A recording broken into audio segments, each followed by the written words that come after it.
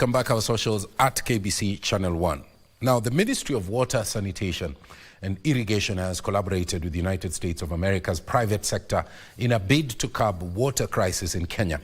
Private sectors have been urged to partner with the government so as to fully fund some of the local water projects in the country. Details on this and other stories making headlines in our County News Roundup. At a press briefing in Nairobi, the Principal Secretary for Water, Sanitation and Irrigation, Julius Korir, stated the government's commitment to avail clean water and protect water sources. As a ministry, we are charged with the responsibility of availing clean and potable water to Kenyans. In terms of where we are in water provision in the country, we are at the moment have 72% water coverage. That is to say, of the entire population, 72% of Kenyans have water reach within the closest proximity of their homes. And our goal and plan is that by 2030, we will have accelerated that access to 100%. Elsewhere, a section of people living with disabilities has called on the police not to use tear gas during the anti-government protests, saying it endangers their lives. We recognize the constitutional right to peacefully protest. However, we strongly condemn the violence witnessed during the ongoing protest, which has disrupted normal life and exacerbated challenges faced by all citizens, particularly persons with disabilities. Meanwhile, Kajiado Governor Joseph Ole Lenku has condemned the acts of violence and looting spree experienced in the county during the anti-government protest by a section of youth. Moving forward,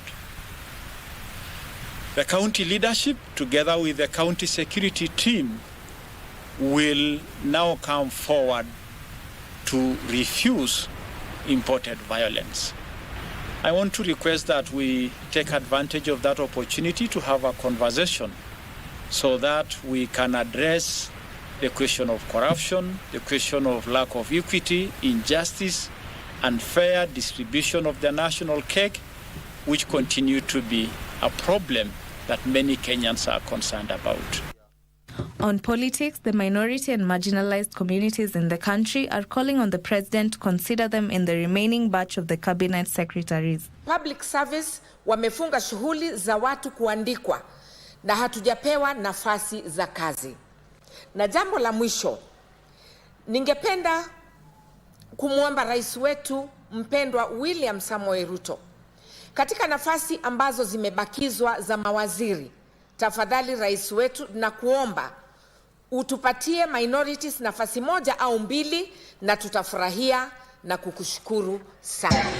A lobby group in Busia is advocating for the adoption of reusable sanitary towels that are environmentally friendly to address the issue of climate change. Kit is reusable, it's rewashable, and it is sustainable. So it is you use and you wash and you use and you wash, and it lasts up to 3 years if managed well. It is friendly to the climate. We are addressing climate justice. Like I said, one disposable lasts up to 800 years in the soil. So when we are using this, we are addressing climate justice, and even when we dispose of this after the 3 years, we see that this material is biodegradable. For Prime Edition, I'm Christine Matunda.